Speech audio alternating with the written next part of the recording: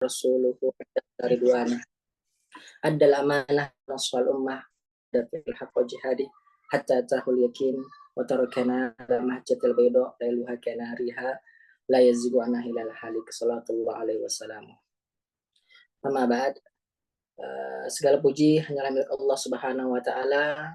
Kita bersyukur kepada Allah Subhanahu wa taala atas segala nikmat yang Allah taala berikan kepada kita semua, terutama nikmat kesehatan dan juga kesempatan.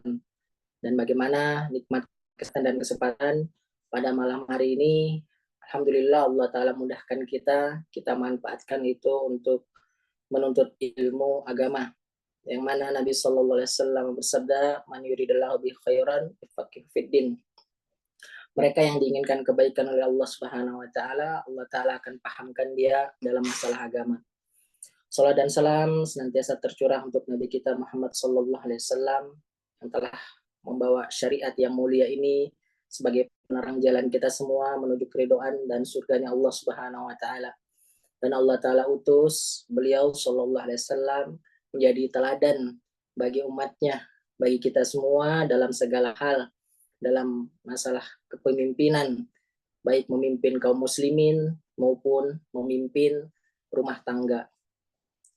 Baik rekan-rekan semua yang Allah Subhanahu wa taala muliakan, pada malam hari ini adalah pertemuan perdana kita membahas tentang kajian fikih keluarga, yang mana materi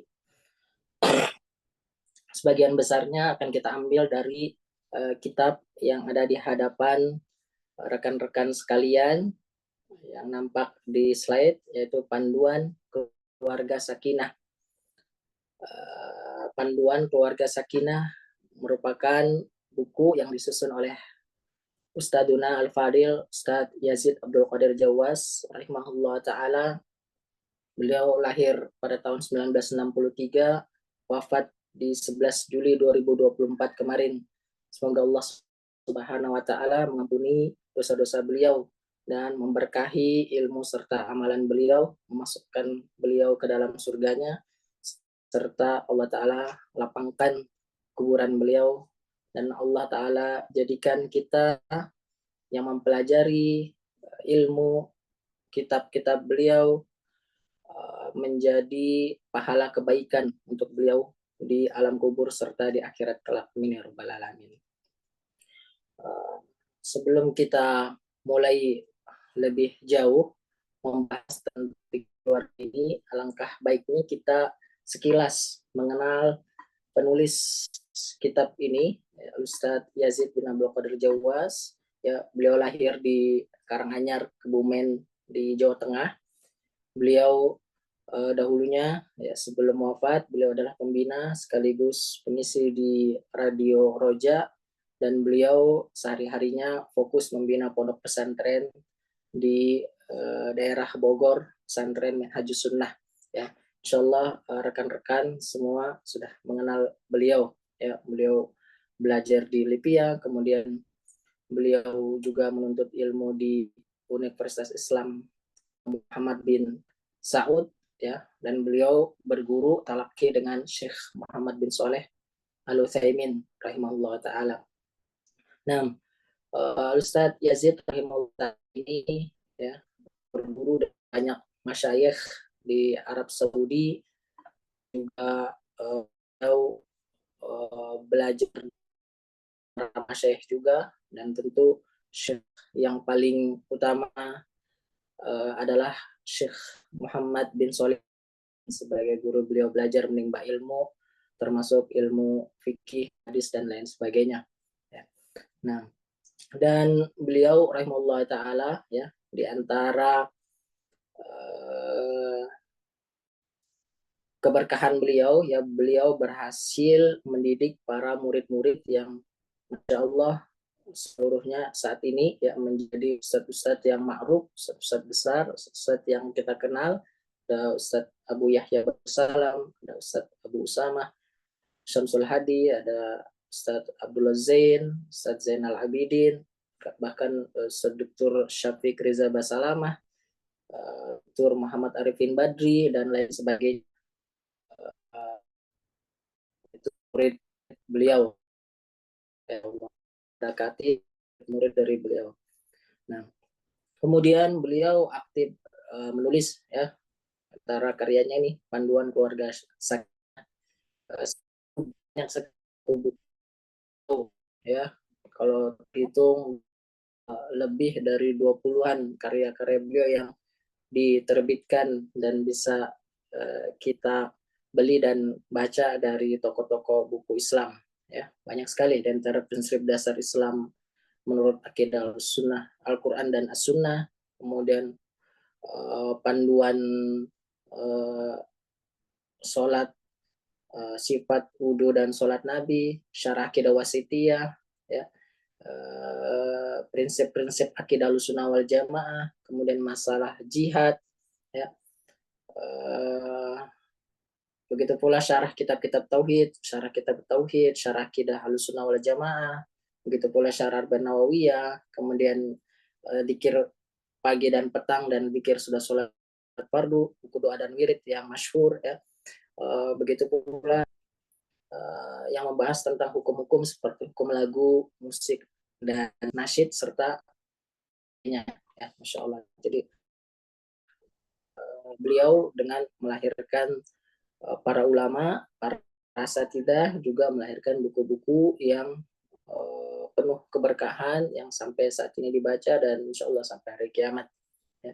Dan ini menjadi motivasi buat kita semua untuk belajar, ya, kemudian dari kita mengajarkan, ya, kemudian kita bermanfaat setelah kita wafat atau terputus, kecuali diantaranya adalah ilmu yuntafa'u bihi, ilmu yang bermanfaat, serta waladun soleh ya daulahu, serta anak soleh atau anak didik juga yang soleh yang mendoakan. Nah, baik, di sini kita akan bahas tentang kajian fikih rumah tangga. Sebelum kita masuk, di sini sudah di share juga ya, dan ini dipilih apa pembahasan kitab, tidak dari awal ya. Kita masuk ke pembahasan ya. Di sini di bab yang ke-10 hak ya. Ada beberapa hal yang perlu kita ketahui kenapa ya pentingnya belajar fikih rumah tangga, fikih keluarga ini ya. Yang utama tentunya karena kita lihat banyaknya terjadi kasus perceraian. Ya, banyaknya terjadi kasus perceraian di Indonesia sendiri. Kalau kita lihat, karena yang menghimpun data kasus perceraian ini adalah Mahkamah Agung Republik Indonesia. Ya, di sana aktif mengeluarkan, merilis angka perceraian per tahunnya. Ya, terakhir diupdate itu di tahun 2024 di 6 Februari. Ya, menunjukkan data yang mencengangkan ya. Baru setengah tahun aja itu sudah 168.889 angka perceraian ya, yang mana di tahun 2023-nya itu sampai 463.600-an kasus perceraian ya, dan diperkirakan sampai akhir tahun 2024 awal 2025 itu perkiraan ya bisa menembus sampai 500 ribuan ya, berdasarkan hasil perkiraan dari para ahli, dilihat dari rekor kasus perceraian di tiap harinya ini ya. Nah, tentu perceraian ini tidak mungkin kecuali ada penyebabnya ya. Perceraian-perceraian yang terjadi tentu tidak mungkin kecuali ada penyebab-penyebabnya. Banyak yang disebutkan di data tersebut, data dari Mahkamah Agung dan dirilis oleh BPS, Badan Pusat Statistika, ya, itu ada yang disebabkan karena faktor selingkuh, ada yang karena suaminya suka mabuk, ya, ada yang karena suaminya suka judi, ada yang karena meninggalkan begitu saja, ya, ditinggalkan istrinya, ada yang karena suaminya dihukum penjara, ada yang karena suaminya poligami, dan juga di antara yang paling banyak adalah karena banyaknya terjadi kasus kekerasan di dalam rumah tangga, ya. Nah, jadi di antara faktor-faktor tersebut, ya, faktor ekonomi juga akan, tapi nggak masuk di 5 besar penyebab, ya. Faktor yang paling besar, ya, faktor yang paling besar itu sebabnya adalah karena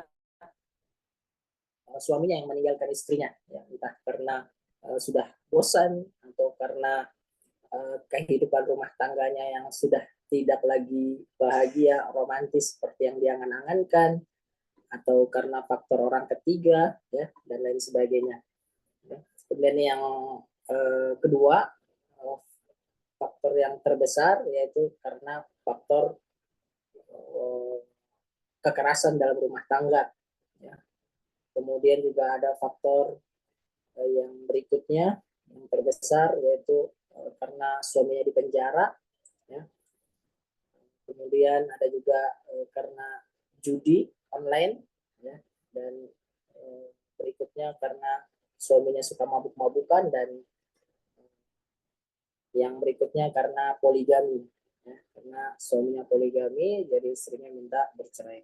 Nah, itu diantara faktor-faktor terbesar terjadinya perceraian yang dirilis oleh Mahkamah Agung Republik Indonesia.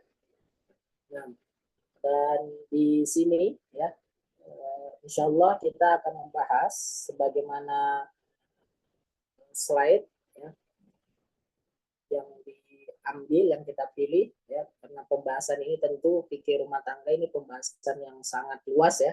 Tidak mungkin kita bisa selesaikan dalam pertemuan singkat di pembelajaran secara online ini, ya. Tapi insya Allah kita pilihkan materi yang terpenting, dan juga nanti insya Allah kan ada sesi tanya jawab, ya.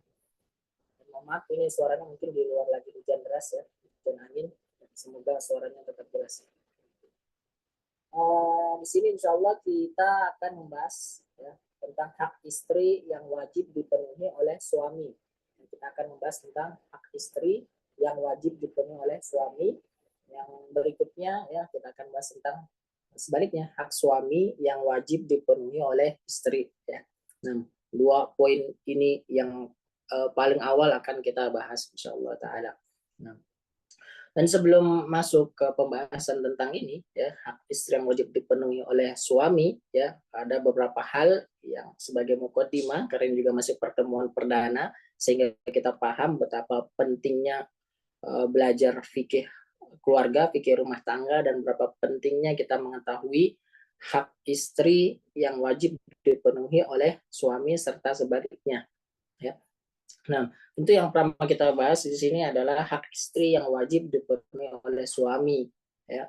Jadi tentang kewajiban dari suami, ya. Kewajiban suami berarti merupakan hak dari sang istri, ya. Nah, kenapa kita dahulukan, ya? Karena tentu kita tahu bahwasanya suami adalah pemimpin, ya. Suami adalah pemimpin dalam rumah tangganya. Dan kepemimpinan dari sang pemimpin tersebut yang bernama suami, ya, ini pastinya akan menentukan keberhasilan suatu sistem di rumah tangganya, ya. Nah, dan di dalam hadis riwayat Bukhari dan Muslim, ya, Nabi Shallallahu Alaihi Wasallam menjelaskan, kullukum ra'in wa kullukum mas'ulun an ra'iyatihi, wal amir ra'in warajul ra'in ala ahli baitihi, wal maratu ra'iyatun ala baiti zaujiha wa waladih. Nah, kalian semua adalah pemimpin, dan kalian pasti akan ditanya tentang kepemimpinan kalian, ya. Dan seorang penguasa itu adalah pemimpin, pemerintah itu adalah pemimpin, dan seorang suami adalah pemimpin bagi seluruh anggota keluarganya, ya. Lebih di bawahnya lagi istri atau adalah pemimpin atas rumah suami dan juga pemimpin atas anak-anaknya, ya. Kalian semua ini adalah pemimpin, kullukum ra'in wa kullukum mas'ulun an ra'iyatihi, akan ditanyakan tentang pertanggungjawaban tentang kepemimpinannya, ya. Nah, dan suami ya punya tanggung jawab yang besar terhadap istrinya. Allah Subhanahu wa taala menyebutkan di dalam surat An-Nisa ayat yang ke-21, wa akhadna minkum mitsaqan ghalidha. Dan mereka para istri-istrimu itu telah mengambil dari kamu perjanjian yang kuat, mitsaqan ghalidha. Ya. Jadi akad nikah itu merupakan perjanjian dan itu adalah syariat dari Allah Subhanahu wa taala. Ya, di situ ada ijab, ada qabulnya, kemudian terpenuhi syarat-syaratnya, ada saksinya dan sebagainya. Mitsaqan ghalidha, perjanjian yang kuat. Ya.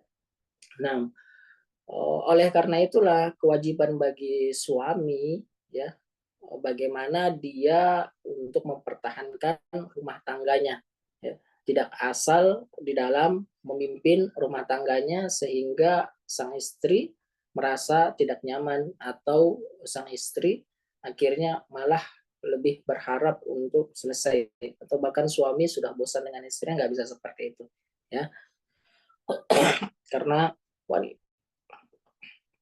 mereka para wanita itu waqadna minkum mitsaqan ghalidha telah mengambil perjanjian yang kuat. Dan Allah Subhanahu wa taala berfirman di surah Nisa juga ayat yang sebelumnya ayat yang ke-19 ya Allah taala perintahkan untuk untuk bergaul bermuamalah dengan mereka para istri itu dengan cara yang baik wa ashiruhunna bil ma'ruf. Nah, bahkan Allah taala sebutkan fa in karihtumuhunna fa asan takrahu syai'a wa jalallahu fi khairan katsira. Ya, boleh jadi kamu tidak menyukai sesuatu dari sang istri padahal di situ ada kebaikan yang banyak.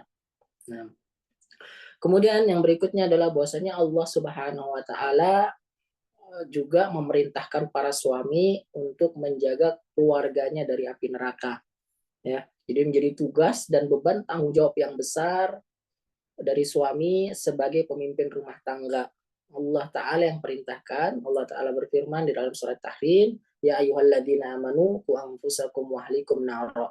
Hai orang-orang yang beriman, pelihara dirimu dan juga keluargamu dari api neraka. Subhanallah.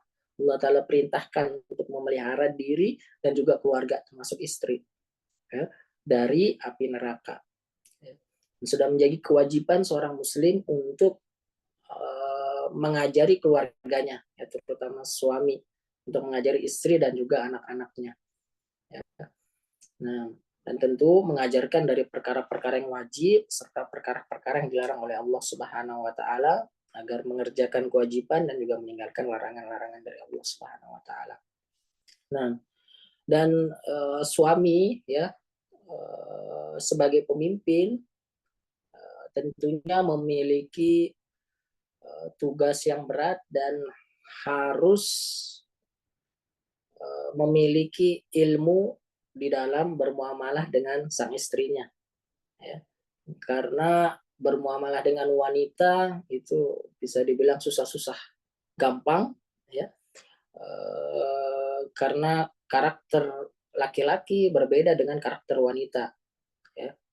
Dan wanita ini spesial, bahkan disebutkan di dalam hadis ya bahwasannya para wanita ini diciptakan dari tulang rusuk laki-laki ya. Oleh karenanya Rasulullah SAW berwasiat istausu bin nisa ya berbuat baiklah pada para wanita. Nah, maksudnya para istri. Fa innal mar'ah khuliqat min dila. Karena wanita itu diciptakan dari tulang rusuk. Nah, kemudian disebutkan wa inna aqwaja syai' fid dila a'lah. Nah, yang namanya tulang rusuk yang paling bengkok itu adalah bagian atasnya. Dan itulah wanita berasal dari tulang rusuk bagian atas bengkok ya. Nah, kemudian disebutkan fa'in dhahabta tuqimuhu kasar tahu. Kalau engkau berusaha untuk meluruskannya, ya maksudnya dengan cara yang kasar, dengan cara yang tidak benar, maka engkau pasti akan mematahkannya. Nah, wa in taraktahu lam yazal awaj. Kalau engkau biarkan ya istrimu tersebut ya, engkau biarkan, engkau enggak didik, engkau pasrah ya, maka dia tentu akan tetap bengkok. Nah, fastausu bin nisa, maka berbuat baiklah pada wanita. Di surat Bukhari dan Muslim. Ya. Nah, jadi hadis ini jelas ya menggambarkan bagaimana wanita ini memiliki kelemahan dan bagaimana seorang suami harus dapat memahami karakter wanitanya. Ya, jangan sampai kemudian yang bengkok itu dia patahkan. Ya. Nah, jadi ada sininya. Ya. Insya Allah itulah yang akan kita bahas, kita pelajari. Ya. Nah, dan di dalam hadis lainnya Nabi Shallallahu Alaihi Wasallam menyebutkan irfaq bil qawarir. Maksudnya adalah berlemah lembutlah kepada qawarir. Qawarir ini adalah gelas-gelas kaca. Maksudnya yaitu para wanita, para istri. Ya. Diibaratkan mereka para istri ini seperti qawarir, gelas-gelas kaca, mudah pecah. Ya. Jadi harus dengan lemah lembut. Nah, jadi dituntut suami ya harus bisa berlemah lembut dalam berumah tangga, terutama bermuamalah dengan istrinya. Nah, karena bahaya kalau dengan kasar, maka yang lembut wanita yang digambarkan sebagai gelas-gelas kaca ini bisa pecah.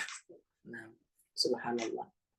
Nah, kemudian yang menjadi tantangan juga bagi suami, ya, makanya penting untuk dibahas ini ya, kewajiban bagi suami, ya. Kita tahu bahwasannya banyak dalil dari ayat ataupun dari hadis-hadis Nabi Shallallahu Alaihi Wasallam yang menyebutkan bahwasannya wanita ini adalah godaan terbesar bagi laki-laki dan banyak laki-laki yang qadarullah tidak selamat dari godaan wanita ini. Ya, bahkan disebutkan bahwa wanita itu termasuk anak panah dari iblis, ya, untuk mencelakakan laki-laki. Nah, dan di dalam hadis riwayat Tirmidzi, Nabi SAW juga bersabda, al-mar'atu aurah. Wanita itu adalah aurat. Nah, wa innaha idza kharajat istashrafaha asyaiton. Ya, kemudian apabila wanita ini keluar dari rumahnya, maka para syaitan akan menghiasinya. Nah, para syaitan akan menghiasinya. Wa innaha aqrabu ma yakunu ila Allah taala wa hiya fi baitiha. Ya.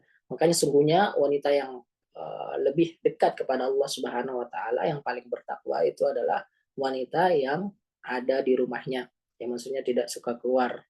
Karena itu tadi ya digambarkan dalam hadis ini, ya wanita itu adalah aurat, keluar rumah maka setan akan menghiasinya.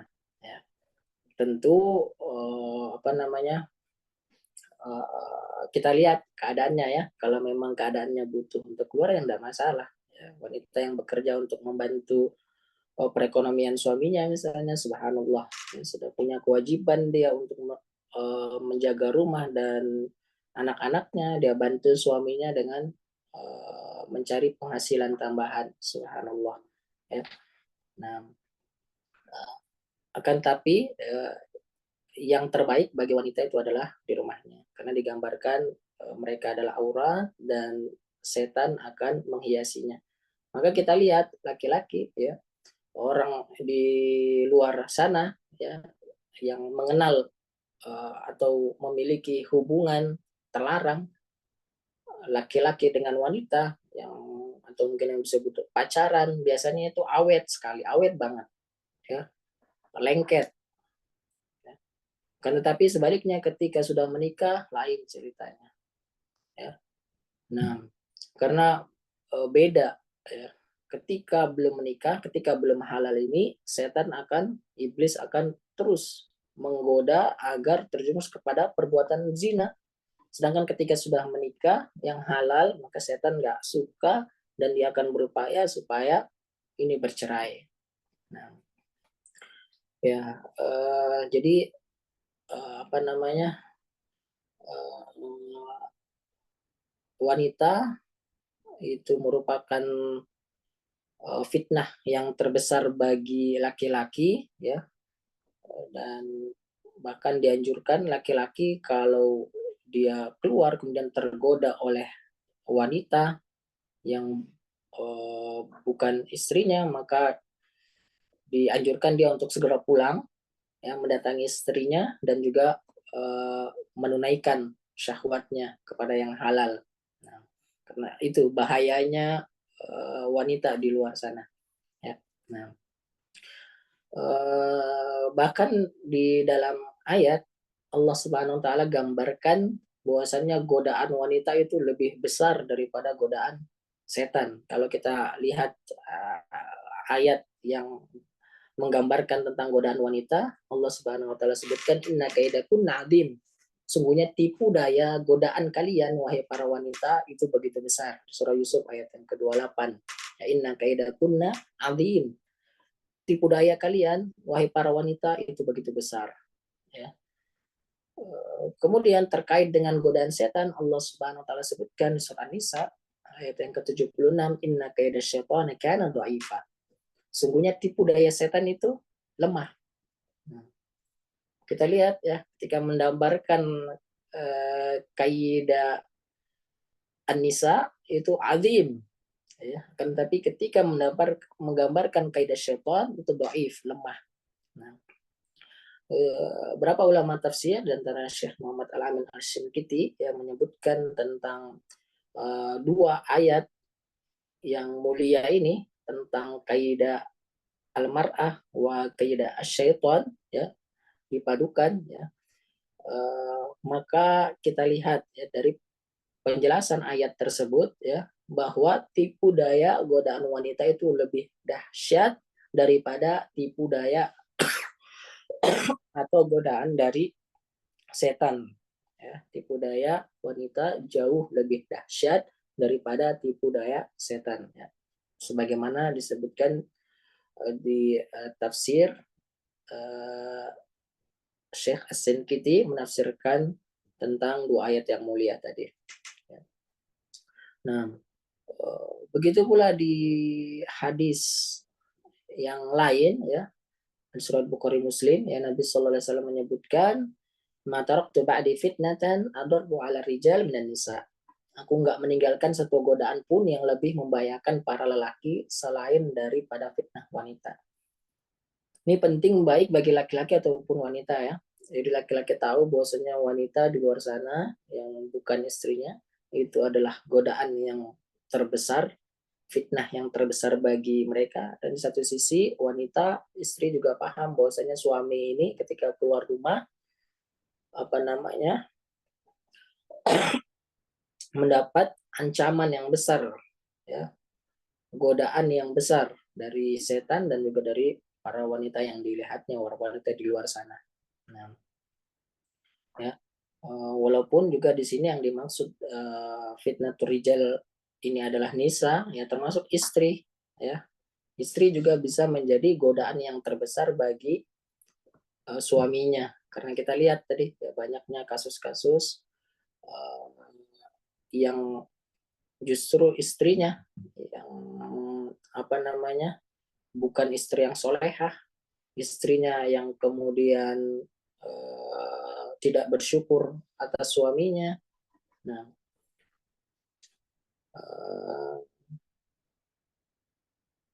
jadi wanita, ya, itu godaan istri sendiri itu juga bisa menjadi fitnah yang besar bagi suaminya. Nah, dan di dalam hadis lainnya riwayat Muslim, Rasulullah SAW bersabda, "Fattaqud dunya wattaqun nisa." Ya, waspadalah dengan dunia dan waspadalah dengan godaan wanita. Fa inna awwala fitnati bani Israil kanat fin nisa. Ya. Karena cobaan yang pertama kali menimpa Bani Israel yang mereka tidak selamat darinya itu adalah disebabkan karena godaan wanita, ya. Bani Israel yang dikenal dengan kaum yang banyak diturunkan di kalangan mereka para anbiya, para nabi, ya, dikenal dengan kaum yang mulia dahulunya, ya. Kaumnya Nabi Musa alaihissalam, ya. Nah,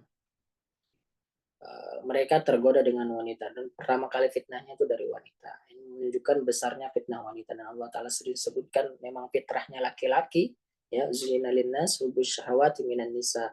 Nah, itu dijadikan indah padanya keinginan, kecintaan kepada wanita. Nah, fitrahnya laki-laki, ya. Nah, itu dijadikan oleh Allah Subhanahu wa taala kecintaannya kepada wanita. Nah, dan iblis, ya, setan yang tahu tentang uh, hal tersebut, ya, tentu menjadikan itu sebagai senjata bagi mereka untuk bisa mencelakakan kaum lelaki. Ya, sebagaimana disebutkan tadi, ya, sebelum nikah itu setan akan terus menggoda seorang terjerumus kepada perbuatan zina, hubungan yang haram, hubungan yang tidak halal. Nah, dan sebaliknya ketika sudah menikah maka iblis setan akan uh, berupaya agar dua pasangan agar pasangan ini suami istri ini bisa bercerai. Sebagaimana disebutkan dalam hadis riwayat Muslim, ya, bahwasannya iblis itu meletakkan singgasananya di atas air, kemudian dia mengutus pasukannya. Kemudian disebutkan di sana prajurit yang kedudukannya paling dekat dengan iblis tersebut, raja dari para syaitan, ya, itu adalah prajurit yang paling besar kejahatannya. Ya. Jadi prajurit yang paling dekat dengan iblis, yang paling dimuliakan itu yang paling besar kejahatannya. Kemudian mereka berlomba-lomba para syaitan untuk bisa menjadi orang dekatnya iblis. Ya. Maka ada yang kemudian berkata sudah melakukan ini dan itu perbuatan-perbuatan yang buruk sehingga manusia melakukannya. Ya.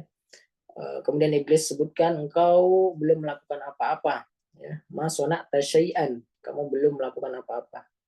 Kemudian Nabi SAW menyebutkan lantas prajurit yang lain datang lalu berkata, mataroktu hatta faroktu bainahu wa baina imro'atihi. Nah, aku nggak meninggalkan manusia sampai aku memisahkan antara dia dengan istrinya. Ya. Nah, kemudian selanjutnya iblis mendekatkan prajurit kepadanya dan berkata, naam, anta, ya, benar, ya, engkau telah melakukannya.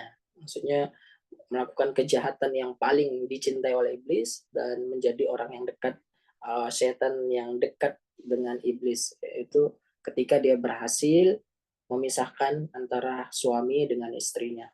Nah, jadi kita harus memahami ini semua, bahwasanya hubungan suami istri, ya, bukan hubungan yang mudah. Karena iblis, setan akan berupaya sebagaimana mungkin agar pisah ini antara suami dengan istri. Kalau kita lihat tadi angka perceraian banyak, ya sebabnya ini itu, ya tentunya sumbernya adalah dari iblis dan setan tadi. Kalau seandainya tidak dibentengi dengan keilmuan yang kokoh, ilmu agama yang kokoh, ya tentu, ya akan takluk dia dengan tipu daya iblis. Ya. Nah, jadi itu pentingnya ilmu fikih berumah tangga, fikih suami istri, nah, supaya bisa terselamatkan dari tipu daya setan. Nah, bahkan kita lihat, ya, suami itu banyak digoda oleh iblis, oleh setan, ya, sehingga apa namanya, ya, melihat banyak kekurangan dari istrinya, ya, dilihat kekurangan dari istrinya. Bahkan pernah seorang datang kepada Syekh, ya, menceritakan di Saudi sana, ya, bahwasanya ketika dia merasa bahwasannya uh, semua wanita di luar sana itu jauh lebih cantik daripada istrinya. Di semua wanita yang dia lihat di luar sana itu rasanya itu jauh lebih cantik daripada istrinya. Ya, dia sudah kehilangan apa namanya, kecintaannya, hasratnya, ya, akhirnya kemudian berhasrat kepada wanita-wanita lain di luar sana. Alhamdulillah. Ya. Nah, belum lagi dia melihat banyak yang dianggap sebagai kekurangan dari istri-istrinya. Ya. Makanya itu Rasulullah SAW berpesan, la yafraq mu'min mu'minah in kariha minha khuluqan radiya min akhar. Janganlah seorang mukmin itu membenci mukminah, ya, suami membenci istrinya.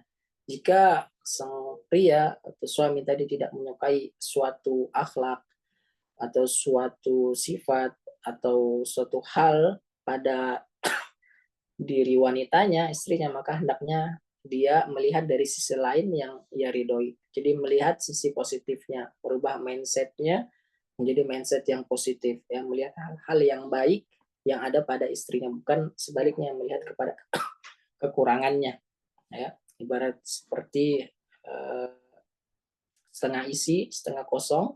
Ya, kita lihat yang isinya, jangan dilihat dari yang kosongnya. Dan kita lihat tantangan yang besar bagi para suami ini, ya. Biasanya para suami ini tersibukkan dengan hal-hal pekerjaannya atau pergaulannya dengan kawan-kawannya. Atau mungkin ada juga suami yang sibuk dengan ibadahnya, terlalu bersemangat dengan ibadahnya, sehingga apa? Akhirnya dia lalaikan hak dari istri dan juga anak-anaknya, terutama hak dari istrinya. Ya. Nah, disebutkan di zaman Nabi Shallallahu Alaihi Wasallam ada sahabat Abu Darda, radhiyallahu taala anhu, ya, ini sahabiyun jalil, ya, sebutkan bahwasannya Abu Darda ini hobinya sholat malam. Ya. Nah, ketika sahabatnya Salman Al Farisi bertamu, ya, kemudian dilihatnya bagaimana ibadahnya Abu Darda ini, ya. Nah, Abu Darda apa namanya sholat malam, dinasihati oleh Salman untuk beristirahat, ya. Kemudian setelah istirahat bisa lanjut lagi untuk melaksanakan sholat, ya. Nah, kemudian Salman menasihati Abu Darda radhiyallahu taala anhu, ya, inna li rabbika 'alaika haqqo, sungguhnya engkau memiliki kewajiban kepada Rabbmu, wali nafsika 'alaika haqqo, dan juga engkau memiliki kewajiban kepada dirimu sendiri, ya, ya, untuk makan, untuk beristirahat. Kita punya kewajiban kepada tubuh kita. Nah, wali ahlika 'alaika haqqo, dan juga bagi keluargamu, ya, engkau punya kewajiban kepada mereka untuk melayani istrimu, untuk bermuamalah dengan mereka. Nah, fa'ati kulladzi haqqin haqqahu, ya, maka berilah segala sesuatunya dengan takarannya, dengan porsinya yang sesuai, ya, kewajiban-kewajiban tadi. Nah, kemudian Abu Darda datang kepada Rasulullah SAW mengadukan apa yang disampaikan Salman tadi. Ya, menurutnya Abu Darda bahwasanya dia sudah melakukan yang benar dengan banyak beribadah, sholat malam, dan meninggalkan istrinya. Ya, kan, tapi kemudian Rasulullah SAW menyebutkan bahwasanya Salman di atas hak, di atas kebenaran. Ya, surat Bukhari, ya, di atas kebenaran. Dan ini menunjukkan bahwasanya memang kadang laki-laki itu lalai. Ya, kalau Abu Darda itu sibuk dengan ibadahnya, ya, laki-laki zaman sekarang sibuk dengan entah pekerjaannya, entah bergaul dengan kawan-kawannya, lupa dengan istrinya, lebih senang keluyuran, ya, bajojang kalau istilah orang Padang sana. Nah, daripada family time dengan keluarganya, dengan istrinya. Nah, ini suatu kesalahan. Dan kami punya kawan juga yang ustadz, ya, di mana dia pekerjaannya sebagai guru pesantren dan juga sebagai musyrif. Ya. Ada sebagian pesantren tuh yang menggabungkan, ya, paginya ini jadi guru, kemudian sore sampai malamnya ustadznya dijadikan sebagai musyrif untuk mengawasi santri-santri sampai tidur. Yang terjadi apa dengan kesibukannya ini, akhirnya banyak masalah yang terjadi dengan istrinya dan anak-anaknya. Banyak dia lalaikan hak dari istri dan juga anak-anak. Yang terjadi kemudian apa? Istrinya menuntut cerai. Dan tentu banyak terjadi permasalahan rumah tangga disebabkan karena suami yang terlalu sibuk di luar, sibuk dengan urusan santri, sekolah pesantrennya, dan sampai rumah, bahkan terbawa ketika menangani santri, emosinya ke rumah, meluap-meluap dan sebagainya, ditumpahkan kepada anak istri yang selesai. Ya. Nah, dan bercerai akhirnya.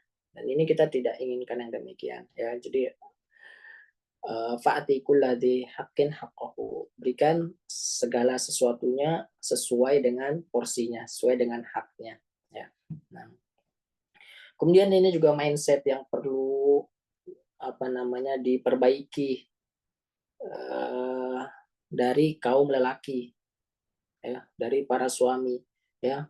Kebanyakan mereka memandang sebelah mata pekerjaan sang istri sebagai ibu rumah tangga, karena sebagian besar kan istri pekerjaannya sebagai ibu rumah tangga, apalagi yang sudah punya banyak anak, ya, ibu rumah tangga. Ya. Sehingga apa akhirnya, ya, istrinya sibuk dengan anak-anaknya, mengurus rumahnya capek, kemudian suaminya akhirnya merasa nggak diperhatikan, istrinya nggak berdandan untuk dia, yang akhirnya terjadi apa? Ketika keluar, suami tergoda dengan wanita-wanita karir yang penampilannya di luar sana keren-keren, ya, atau tergoda dengan teman kerjanya. Dan ini banyak terjadi, ya. Dan kita tahu bahwasanya fitnah yang paling besar bagi laki-laki itu adalah fitnah wanita, ya, wanita yang bukan wanita yang halal baginya tentunya. Nah, begitu pula banyak suami yang akhirnya juga karena merasa lebih tinggi derajatnya, dia cari nafkah dan sebagainya, pekerjaan lebih tinggi, lebih baik merasa daripada istrinya, ya, pulang ke rumah akhirnya malas bantu-bantu pekerjaan rumah, malas bantu-bantu istrinya, bantu mencuci baju, pakaian, bantu cuci piring, bahkan bantu menyiapkan makanan atau bantu memandikan anak, menceboki dan lain sebagainya. Nah, sebagian mereka anti dengan pekerjaan-pekerjaan seperti itu. Nah, ini mindset yang keliru. Kalau kita lihat bagaimana Rasulullah SAW, beliau kurang apa lagi? Sibuknya beliau di luar sana. Aktivitas beliau, beliau sebagai nabi, ya, beliau sebagai pemimpin dari kaum muslimin, beliau sebagai imam, dan beliau kesibukannya super sibuk di luar sana. Kan tapi apa yang kita lihat bagaimana beliau Shallallahu Alaihi Wasallam dapat membagi waktu, dan bagaimana Nabi Shallallahu Alaihi Wasallam dengan segala kemuliaannya, pemimpin yang tertinggi dari kaum muslimin, itu ketika di rumah, sebagaimana Aisyah ditanya, ya, tentang bagaimana Nabi Shallallahu Alaihi Wasallam yasna'u fi ahlihi, bagaimana Nabi Sallallahu Alaihi Wasallam bermuamalah di tengah-tengah keluarganya. Faqalat kana fi min hati ahlihi, ya, bahwasanya Rasulullah Sallallahu Alaihi Wasallam itu biasa membantu pekerjaan keluarganya di rumah, pekerjaan istri-istrinya di rumah. Nah, kemudian faida hadaratus shalah qama ila shalah. Apabila telah tiba waktu sholat, beliau keluar untuk sholat. Ya, ketika di rumah, beliau membantu urusan istri, membantu urusan keluarganya. Dan ini Nabi Sallallahu Alaihi Wasallam teladan bagi kita, hendaknya laki-laki, ya, memahami hal ini sehingga tidak gengsi untuk kerja pekerjaan rumah tangga, meringankan beban istri. Ya. Kemudian diantaranya hal yang lain, ya, yang penting, yang banyak terjadi, ya, bahwasannya uh, karakter laki-laki ini, ya, karakter laki-laki tentu beda dengan karakter perempuan, karakter suami beda, ya. Kebanyakan karakter laki-laki itu cenderung keras, ya, menurutnya tegas, ya, akan tapi terjerumus kepada kasar kepada istrinya, ya. Dan ini nggak benar, ya. Laki-laki bukanlah dituntut untuk bukanlah laki-laki yang baik itu yang kasar, yang keras kepada keluarganya, walaupun dituntut tegas. Tegas tentu beda dengan keras dan juga kasar, ya, tentunya. Nah, ini yang kemudian banyak terselewengkan, ya, bukan tegas tapi dia cenderung ke kasar dan keras kepada istrinya. Sedangkan Nabi Shallallahu Alaihi Wasallam, ya, mengajarkan kepada kita untuk berlemah lembut, ya, apalagi kepada suami kepada istrinya, diajarkan untuk berlemah lembut. Dan Nabi SAW menyebutkan dalam hadis riwayat Muslim, inna rifqa la yakunu fi syai'in illa zana. Tidaklah sungguhnya kelembutan itu tidaklah ada pada sesuatu melainkan kelembutan itu akan menghiasinya, akan menjadikan sesuatu itu jadi lebih indah. Wala yunza'u min syai'in illa syana. Dan tidaklah hilang kelembutan itu dari sesuatu, apalagi dari karakter suami kepada istrinya, yaitu melainkan akan memperburuk. Jadi berlemah lembutlah laki-laki suami anaknya berlemah lembut.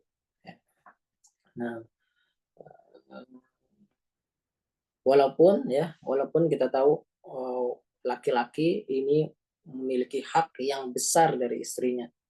Laki-laki memiliki hak yang besar dari istrinya wajib menunaikan.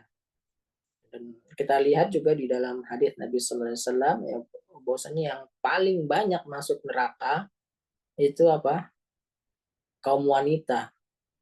Ya, ini di satu sisi ya, bahwasanya suami harus menunaikan kewajiban pada istri,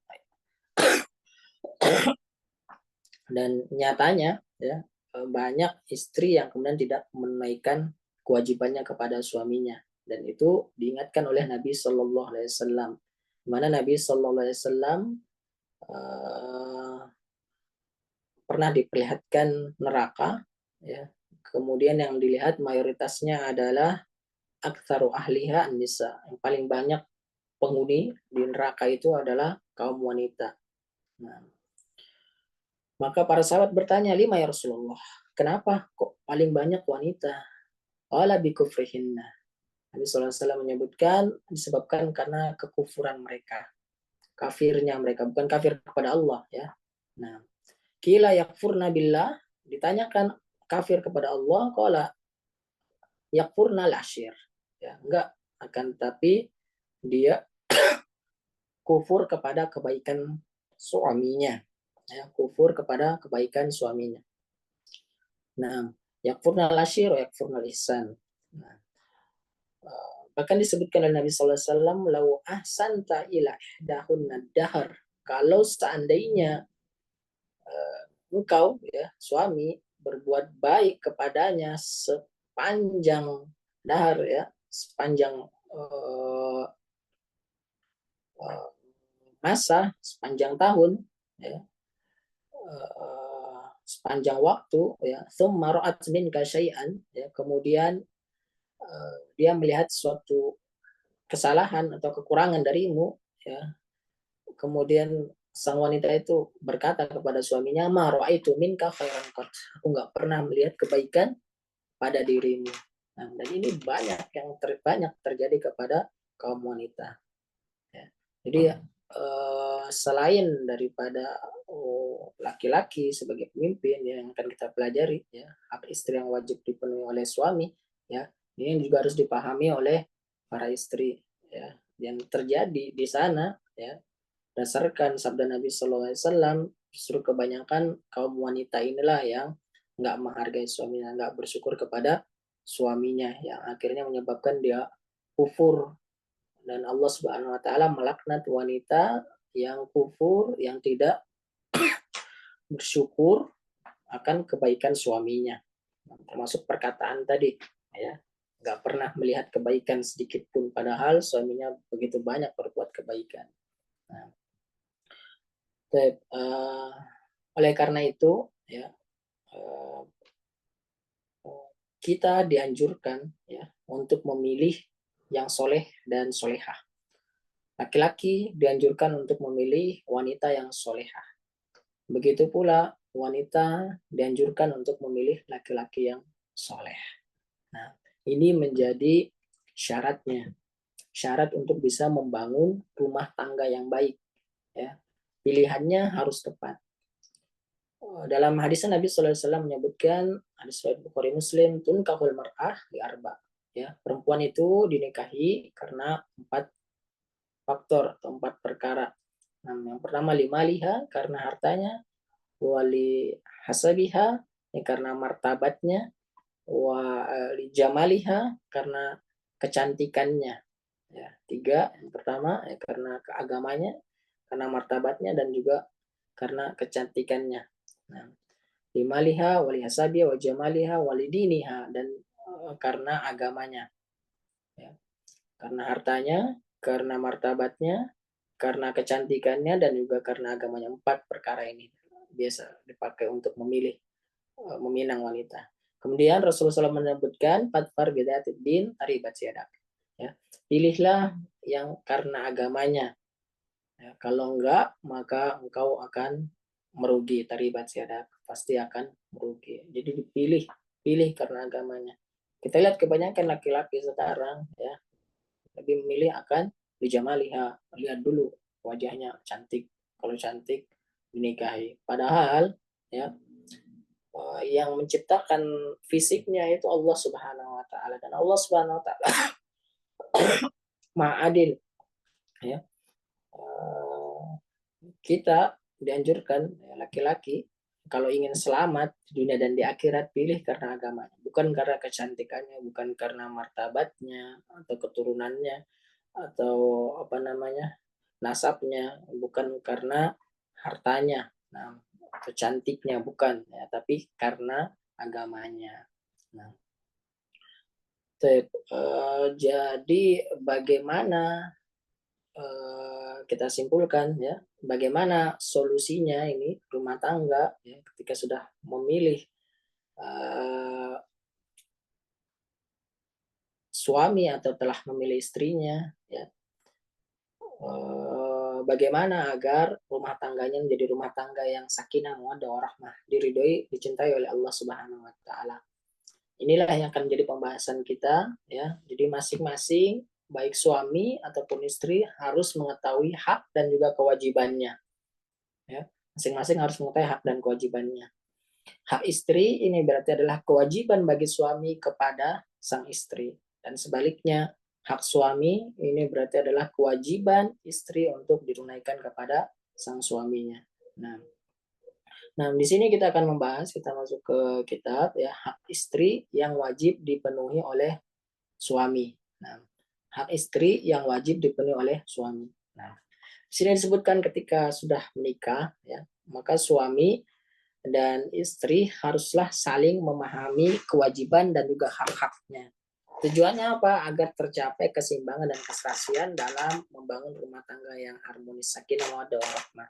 Nah, sebutkan bahwasanya di antara kewajiban-kewajiban dan hak-hak tersebut, itu tersurat dalam sabda hadis Nabi Shallallahu Alaihi Wasallam dari sahabat Muawiyah bin Haidah bin Al-Mu'ah Al-Qushairi radhiyallahu ta'ala anhu, bahwasanya ia bertanya kepada Rasulullah Sallallahu Alaihi Wasallam, ya Rasul, apa hak seorang istri yang harus dipenuhi oleh suaminya? Maka kemudian di sini disebutkan Rasulullah Sallallahu Alaihi Wasallam menjawab, antut imaha ida ta'imtah. Yang pertama, engkau memberinya makan apabila engkau makan, ya. Nah, jadi memberikan makan sesuai dengan kesanggupan, ya. Nah, wataksuha ida tasaita. Nah, awik tasatta. Nah, engkau memberinya makan apabila engkau memiliki pakaian, engkau berpakaian, ya. Kemudian yang ketiga, wala tadribul wajah, jangan engkau pukul wajah. Nah, wala tuqabbih, dan jangan engkau menjelek-jelekannya. Wala tahjur illa fil bait, dan jangan engkau meninggalkan, engkau hajar dia. Hajar itu maksudnya engkau boikot dia, melainkan di dalam rumahnya, ya, ya, pisah ranjang, pisah tempat tidur. Diriwayatkan oleh Abu Daud, Majah, dan selainnya. 6. Jadi kita akan bahas 5 poin ini, ya. Kewajiban suami kepada istri. Yang pertama adalah memberi makan kepada istri apabila engkau makan, ya. Di sini disebutkan ketika seorang laki akan melaksanakan akad nikah, maka diwajibkan untuk memberikan mahar, ya, sebagaimana disebutkan di dalam ayat, ya. Nah, wa atun nisa sodokotihinna nihlah, berikanlah mas kawin kepada wanita sebagai pemberian yang penuh kerelaan, ya. Nah, jadi sini perintah untuk memberikan mahar itu sebelum akad nikah atau ketika melaksanakan akad nikah. Kemudian sesudah akad nikah, kewajiban bagi suami adalah memberi nafkah kepada istrinya, bukan mahar lagi, tapi memberi nafkah kepada istrinya, memberi makan pada istri, ya, atau itu merupakan istilah lain dari memberi nafkah, yang memberi makan istri, memberi nafkah kepada istri. Nah, sini disebutkan di ayat walal maulidi lahu rizquhunna wa kiswatunna bil ma'ruf la tukallifu nafsun illa usaha, dan kewajiban ayah itu menanggung nafkah dan pakaian mereka dengan cara yang patut, ya, dan seorang itu tidak dibebani lebih daripada kesanggupan atau kemampuannya, ya. Dan kewajiban memberi nafkah ini, ya, bahkan sampai setelah bercerai, ya, suami masih memiliki kewajiban untuk memberi nafkah kepada istri dan juga anak-anaknya, ya, istrinya yang masih dalam masa iddahnya, ya. Nah, kemudian anak-anaknya masih dia nafkahi sampai anak-anaknya sudah mampu, ya. Itu bagi mereka yang mampu, bagi ketika suaminya atau mantan suaminya itu mampu, ya kan. Tapi kalau dia pas-pasan, maka dia beri nafkah itu sesuai dengan kemampuannya, ya. Sebagaimana disebutkan di surah Tolak ayat yang ke-7 ini, waman qudira alaihi rizquhu falyunfiq mimma atahullah. Dan orang yang terbatas rezekinya hendaklah dia memberikan nafkah dari harta yang diberikan oleh Allah Ta'ala kepadanya. Allah nggak membani seorang sesuai dengan apa yang diberikan oleh Allah Subhanahu Wa Ta'ala kepadanya. Jadi ayat yang sangat agung, yang sangat mulia ini yang menunjukkan kewajiban seorang untuk memberi nafkah, ya. Memberi nafkah meskipun dia dalam keadaan kekurangan, ya. Kewajiban untuk memberi nafkah meskipun dalam kekurangan sesuai dengan kemampuannya. Nah, sesuai dengan rezeki yang Allah Ta'ala berikan kepadanya, ya. Nah, kemudian berdasarkan ayat ini pula, ya, hukum memberi nafkah kepada istri itu adalah wajib, ya, wajib hukumnya. Sehingga dalam mencari nafkah, suami nggak boleh bermalas-malasan, dan kewajiban beri nafkah itu suami kepada istri, bukan dibalik istri kepada suami. Banyak di luar sana yang kemudian apa? Suaminya malas-malasan, suaminya sukanya main game, main judi, kemudian istrinya yang bekerja, kemudian gajinya istri diambil pula dipakai main judi dan sebagainya. Naudzubillah. Nah, jadi suami nggak boleh bermalas-malasan dan nggak boleh menggantungkan hidupnya kepada orang lain, meminta-minta untuk memberikan nafkah kepada istri dan anak-anaknya. Dan jadi sebagai kepala rumah tangga, dia punya kewajiban tuntutan untuk punya usaha, untuk bekerja, untuk bersungguh-sungguh di dalam mencari nafkah untuk keluarganya, ya. Nah, terkait dengan pembahasan ini juga, ya, kita perlu tahu bahwasanya kewajiban nafkah seorang ayah kepada anaknya, ya, memiliki syarat yang dipersyaratkan oleh para ulama. Nah, syarat yang pertama apa namanya adalah anaknya tadi, ya, miskin, ya, dan si anak butuh terhadap nafkah tersebut, ya. Nah, dan anak belum mampu untuk mencari nafkah bagi dirinya. Nah, dari sini ini suami ataupun mantan suami, ya, ini punya kewajiban untuk memberi nafkah kepada anaknya. Kemudian yang kedua, kemampuan si ayah, ya. Jadi si ayah memiliki kelebihan harta untuk menafkahi si anak, ya, ketika itu dia wajib untuk menafkahi anaknya.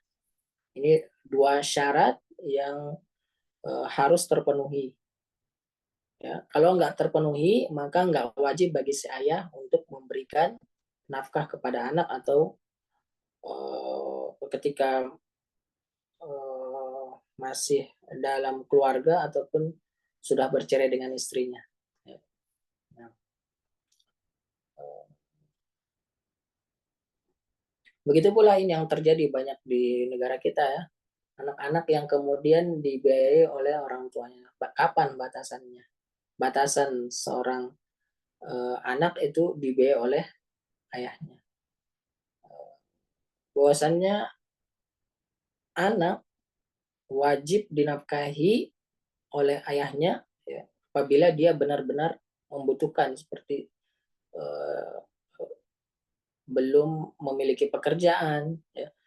Akan tapi ketika dia sudah bercukupan, sudah sanggup untuk bekerja, bahkan mungkin sudah dapat pekerjaan, maka dia sudah tidak lagi wajib untuk dinafkahi oleh ayahnya, ya, karena dia sudah nggak membutuhkan lagi. Ya, jadi seperti itu.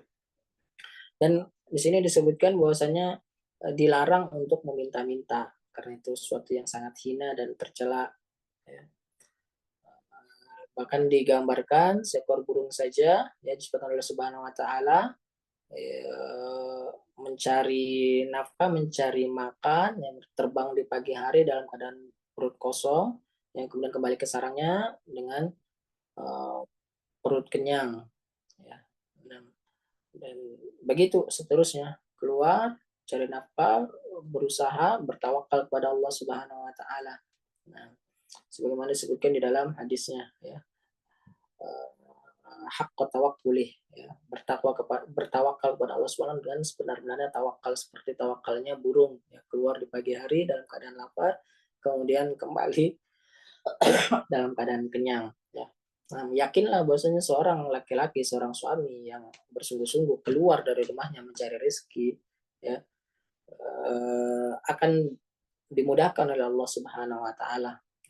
Bertawakal kepada Allah Subhanahu Wa Taala pasti akan diberikan rezeki oleh Allah Subhanahu Wa Taala. Nggak ada alasan bagi suami yang susah cari kerjaan dan sebagainya. Ketika dia sungguh-sungguh keluar dari rumahnya, berupaya untuk berniat untuk mendapatkan pekerjaan yang halal, nafkah yang halal untuk keluarganya, maka Allah Taala pasti, ya, Allah Taala pasti akan mudahkan.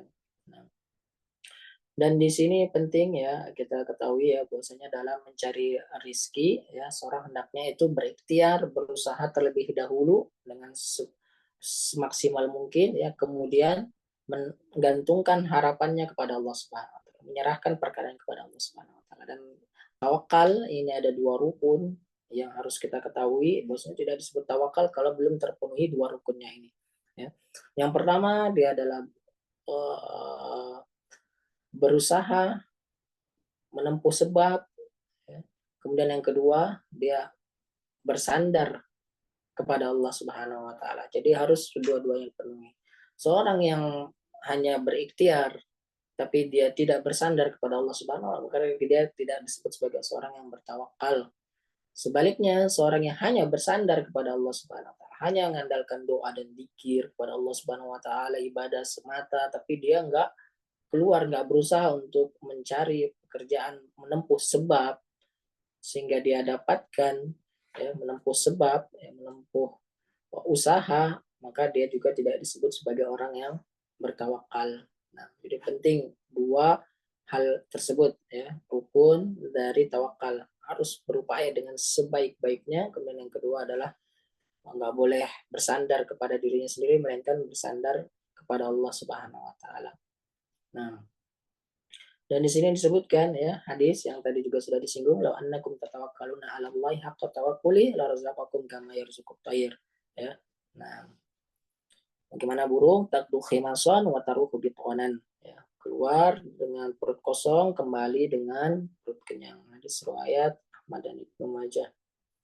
Nah, jadi begitu ya, seorang suami harus memperhatikan bosnya rezeki yang dia cari itu harus yang halal dan thayyib, ya, halal lagi baik diberikan kepada istri dan juga anak-anaknya, bukan dengan hal yang diharamkan oleh Allah Subhanahu wa taala yang dilarang secara syariat. Nah, termasuk mereka yang bekerja dengan perkara-perkara yang mengandung riba, perkara-perkara yang mengandung kecurangan, mengandung apa namanya perjudian dan lain sebagainya yang diharamkan oleh Allah Subhanahu Wa Taala, maka jauhi yang demikian. Ya. Harus dengan rezeki yang halal lagi tayyib. Nah, dan di sini disebutkan ayat apa namanya ayat ya Yonas innallaha tayyibun la yaqbalu illa tayyiban, hadis yang kemudian disebutkan ayat wa innallaha amarul mu'minin wa amarul mursalin faqala ya ayyuhar rusulu kulu minat thayyibati wa amalu shalihah. Hadis yang panjang yang menyebutkan tentang perintah untuk mencari rizki dari yang halal lagi thayyib. ya halal lagi thayyib. Dan di sini disebutkan seorang yang apa namanya, makan dari sesuatu yang haram, ya, nafkah dengan yang haram, ya, diibaratkan oleh Rasulullah SAW seperti orang yang dalam pergian rambutnya kusut berdebu, mengadahkan kedua tangannya ke langit, berdoa ya Rob, padahal makanannya haram, minumnya haram, pakaiannya haram, dan diberi kecukupan dengan yang haram, maka bagaimana mungkin doanya akan dikabulkan oleh Allah Subhanahu wa taala. Jadi penghalang doa, dikabulkannya doa, penghalang keberkahan adalah makan, minum dari sesuatu yang haram, ya. Oleh karena itu, ya, pentingnya nafkah yang diberikan sang suami kepada istri itu harus dari yang halal lagi thayyib.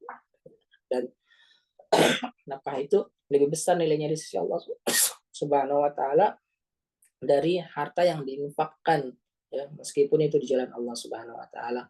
Nah, sungguhnya nafkahnya seorang suami kepada istri, ya, itu adalah nafkah kewajibannya dia, ya, yang harus dia tunaikan kepada sesama manusia, ya. Adapun di jalan Allah Subhanahu wa taala, yang lebih utama dan lebih wajib adalah kepada hak, menunaikan hak dari manusia yang dia punya tanggungan kepadanya. Nah,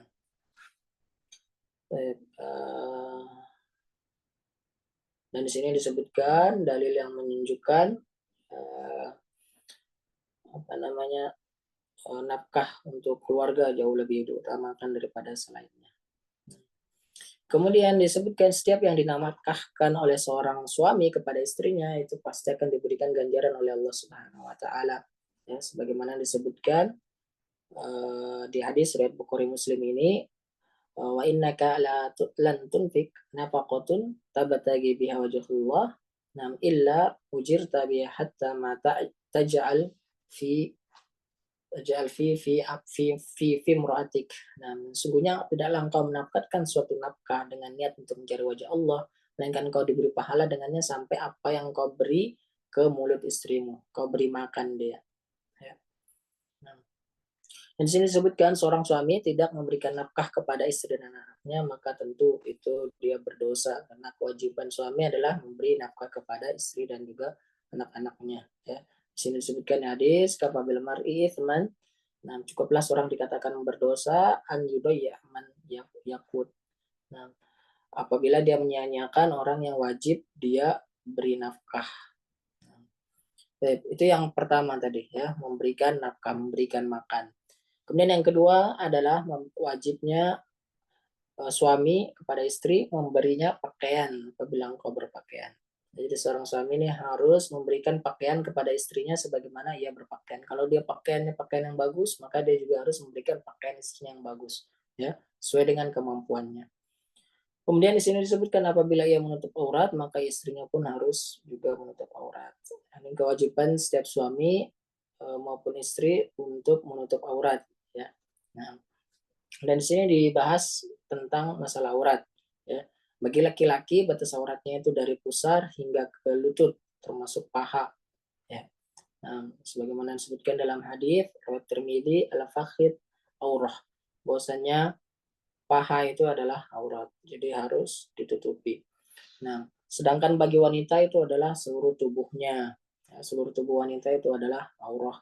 Nah, kemudian dikecualikan, ya, dikecualikan muka dan juga telapak tangan, ya. Nah, jadi termasuk aurat itu rambut dan juga betis itu aurat, jadi harus ditutupi, ya. Jangan sampai dinampakkan karena apabila auratnya nampak maka dia berdosa.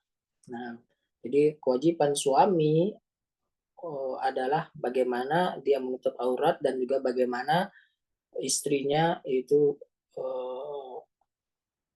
apa namanya bisa menutup auratnya, terpenuhi kebutuhan berpakaian sehingga dapat menutup auratnya. Nah, sebutkan dalam hadis, ya, sinfani min ahlin nar lam arah. Nah, sinfani min ahlin nar lam arahuha, ada dua golongan perorangan berpernah aku lihat. Ya, di sini disebutkan tentang bagaimana wanita yang tidak menutup auratnya. Ya. Nah, wanita yang berpakaian tapi telanjang. Ya. dengan lenggok dan kepala itu seperti punuk unta yang condong. Ya, mereka itu nggak akan masuk surga dan tak akan mencium aroma surga. Padahal aroma surga itu tercium dari jarak perjalanan yang sangat jauh. Nah, hadis riwayat Muslim. Nah, kemudian di sini disebutkan beberapa syarat yang perlu diperhatikan dalam berpakaian berbusana. Dan mungkin ini materi terakhir di malam ini ya. Kita bahas sekilas tentang bagaimana syarat-syarat berpakaiannya muslimah sesuai dengan syariat. Yang pertama adalah menutupi seluruh tubuh kecuali wajah dan juga kedua telapak tangan. Ya, sebagaimana disebutkan tadi, auratnya adalah seluruh tubuh kecuali wajah dan juga telapak tangan. Nah, sebagai dalil-dalil yang disebutkan di sini. Kemudian yang kedua yaitu bukan sebagai perhiasan. Ya. Nah, di sini disebutkan wala yubdina zinatahunna illa ma dhahara minha. Surah Nur ayat 31. Jangan menampakkan perhiasannya kecuali yang biasa nampak, biasa terlihat. Ya. Nah, juga hadis Nabi sallallahu alaihi wasallam, "Salatatun la tas'alu anhum." Nah, ada 3 golongan yang engkau tanya tentang mereka karena mereka termasuk orang-orang yang binasa. Nah, disebutkan seorang wanita yang suaminya tidak ada, padahal suaminya telah mencukupkan keperluan duniawinya, namun setelah itu ia bersolek, bertabarruj untuk laki-laki yang bukan mahramnya. Ya. Nah, jadi nggak boleh bertabarruj, nggak boleh berhias yang pakaian itu menjadi perhiasan, nggak boleh. Kemudian yang ketiga, kainnya itu haruslah tebal, nggak boleh tipis, apalagi tas transparan. Ya. Nah, di pakaian wanita itu nggak boleh nampak, apalagi nampak warna kulitnya. Nah, sebagaimana disebutkan di hadis Tabrani, nah, wanita-wanita yang berpakaian tapi telanjang. Kemudian yang keempat yaitu harus longgar dan tidak boleh ketat. Ya, harus longgar dan nggak boleh ketat. Rasulullah disebutkan dari ucapan Usama bin Zaid yang memberikan baju kuti ya yang tebal, ya. Nah, yang merupakan baju yang dihadiahkan oleh Di Al-Kalabi kepada beliau. Baju itu pun aku pakaian kepada istri Nabi Sallallahu Alaihi Wasallam pun bertanya mengapa engkau nggak mengenakan baju tersebut ya. Kemudian dijawab ya, aku pakaikan kepada istriku Nabi Sallallahu Alaihi Wasallam bersabda perintahkan ia agar mengenakan baju dalam karena khawatir bisa menggambarkan bentuk tubuhnya. Ini dalil tentang harus longgar, ketat dan tidak boleh membentuk tubuhnya. Dan yang kelima yaitu nggak pakai wangi-wangian atau parfum ya karena disebutkan di hadis ya ayu mamra'atin istatarat nam thumma kharajat famarrat ala qaumin liyajidu rihaha fahiya zaniyah. Nah, seperti wanita pelacur. Mereka yang keluar wanita tercium baunya oleh laki itu dihukumi seperti pelacur. Dan hadis riwayat Ahmad Nasai dan lain-lain. Nah, tapi kalau di rumah di hadapan suaminya itu justru dianjurkan ya untuk merangsang untuk menggoda suami itu dianjurkan. Kemudian yang keenam yaitu nggak boleh menyerupai pakaian laki-laki ya. Rasulullah SAW melaknat Rasulullah SAW ar-rajul yalbas libasata al-mar'ah. Nah, wal mar'ah talbas libasata ar-rajul. Nggak boleh ya. Oke, laki-laki menggunakan pakaian wanita, wanita memakai pakaian laki-laki. Kemudian yang ketujuh yaitu nggak boleh menyerupai pakaian wanita-wanita kafir, ya nggak boleh. Tasyabuh dengan orang-orang kafir. Man tasyabah biqaumin fahuwa minhum. Barang siapa yang menyerupai suatu kaum maka dia bagian dari golongan mereka. Kemudian yang kedelapan yaitu bukan pakaian yang syuhrah, pakaian popularitas, mencari pesona, mentebar pesona nggak boleh. Ya.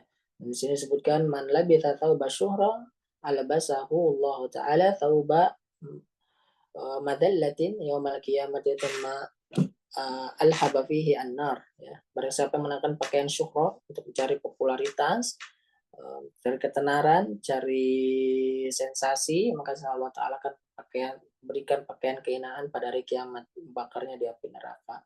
Ya, pakaian syuhrah ya, pakaian syuhrah untuk mencari ketenaran ya. Nah, kemudian yang ke-9 yaitu diutamakan berwarna gelap ya seperti warna hitam, coklat. Nah, Dianjurkan bagi wanita muslimah untuk memakai pakaian yang berwarna gelap, ya. Seperti para sahabiat radhiyallahu taala anhunna, mereka menggunakan pakaian yang gelap agar menghindarkan fitnah dari pakaian yang mereka kenakan itu dari laki-laki, ya. Nah, jadi sempurna kalau pakaian jilbabnya, pakaiannya itu tebal dan juga berwarna gelap sehingga tidak menimbulkan syahwat dari laki-laki. Ya. Nah, disebutkan dalam hadis ini bagaimana para sahabiat menjulurkan jilbab seluruh tubuh, wanita Ansor itu keluar soal kepala mereka itu terdapat burung gagak karena pakaian jilbab hitam yang mereka kenakan. Nah,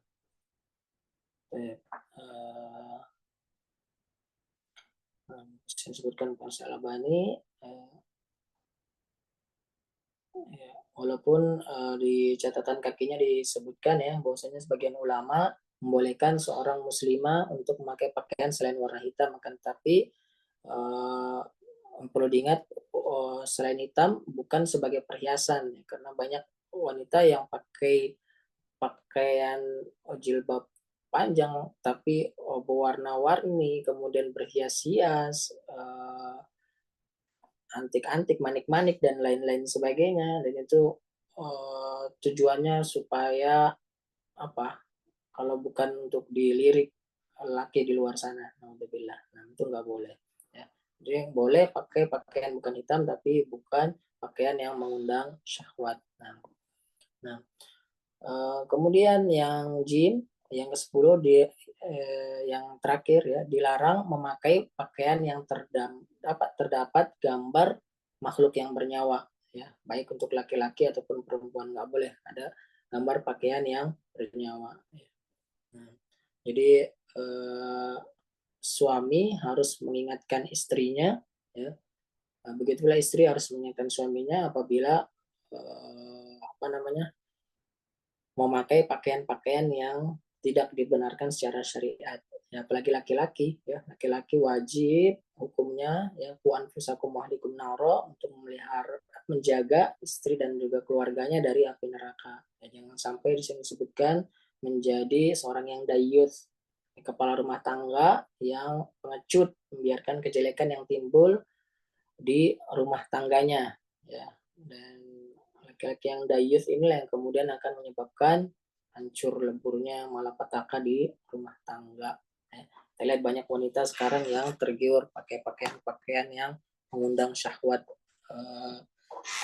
laki-laki, walaupun itu mungkin dirasa pakaian yang berjilbab dan sebagainya, tapi ternyata ketat atau ternyata justru menimbulkan pesona dari laki-laki yang bukan mahramnya, ini nggak boleh. Jadi laki-laki suami harus jantan, harus tegas mengingatkan istrinya untuk taat kepada Allah SWT dan Rasulnya dan menggunakan pakaian seperti yang dituntut di dalam syariat yang diajarkan oleh Rasulullah SAW kepada sahabat dan juga sahabiat. Allah Ta'ala alam, ini mungkin yang dapat kami sampaikan di pertemuan perdana ini. Ya, insya Allah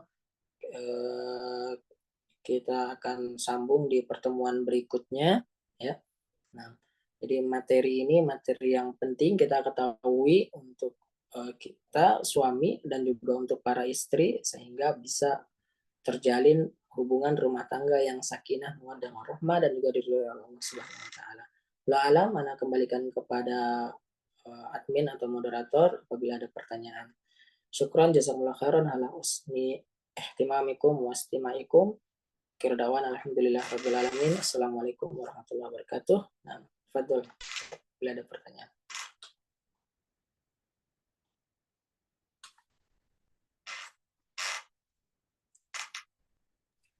Ya, silakan teman-teman yang ingin bertanya bisa lewat kolom chat ya.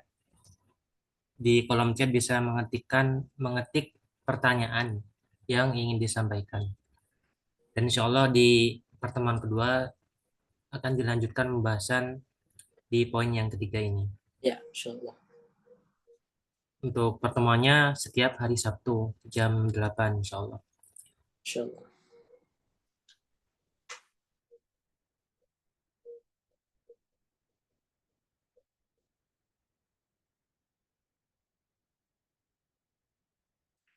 khair.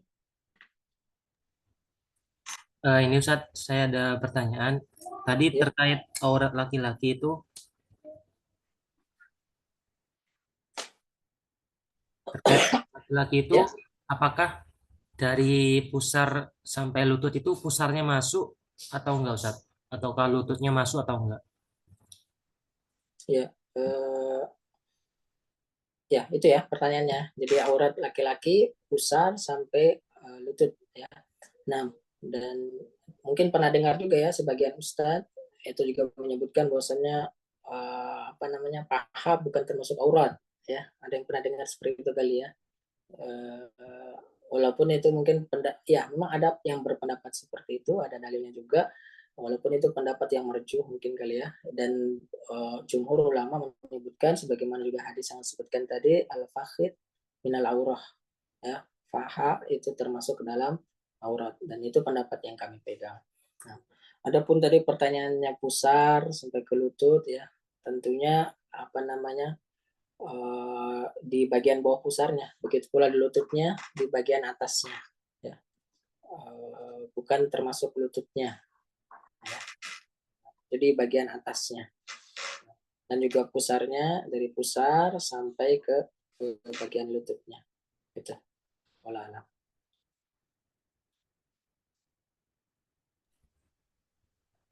Ya, kita kasih kesempatan 1 menit buat teman-teman yang ingin bertanya. Silakan manfaatkan kesempatan ini ya. Atau mungkin karena sudah jelas ya materinya Ustadz ya. Iya, insya Allah. Dan masih pertemuan pertama, mungkin tidak banyak yang dibahas. Insya Allah di pertemuan berikutnya bisa bertanya untuk misalkan kasus-kasus tadi seperti ADRT dan lain-lainnya. Iya, Mungkin bisa ditutup Ustadz. Jangan lupa Ustadz besok kelas syariah jam 8 Ustadz. iya. Tape, uh, ini yang dapat kami sampaikan di pertemuan perdana ini ya.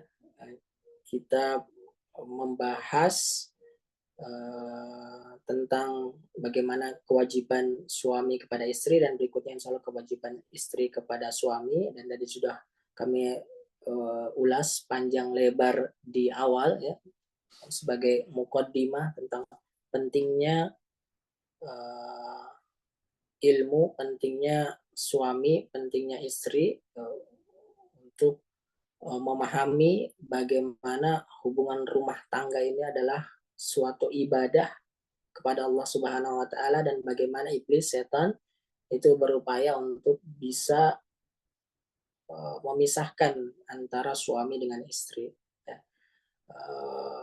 Bagi yang belum menikah ya ini jadi materi pembelajaran yang sangat bermanfaat bagaimana proses sehingga bisa memilih kemudian bagaimana menjalankan nanti komitmen suami dengan istri sehingga benar-benar menjadi rumah tangga yang diridhoi oleh Allah Subhanahu wa taala dan terjauhkan dari godaan setan.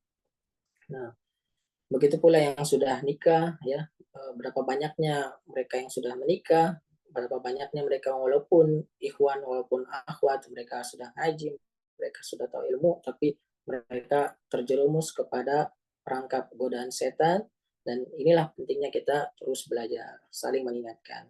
Dan kami harapkan bisa istiqomah sampai akhir pembahasan insyaallah taala dan kami harapkan aktif juga ya. Apabila ada permasalahan bisa ditanyakan, dimanfaatkan momennya. Aku lu qouli hada, astaghfirullah wa lakum muslimin muslimat, fastaghfirullaha ghafurur rahim. Akhiru da'wana alhamdulillahirabbil alamin. Naktafi bihadzal qadar, tatim berdoa kafatul majelis. Kita tutup dengan doa kafatul majelis. Subhanakallahumma bihamdika asyhadu an la ilaha illa anta astaghfiruka wa atubu ilaik. Assalamualaikum warahmatullahi taala wabarakatuh. Jazakumullah khairal jazaa. Barakallahu fikum. Jazakallahu khairan Ustadz. Wa iyyakum.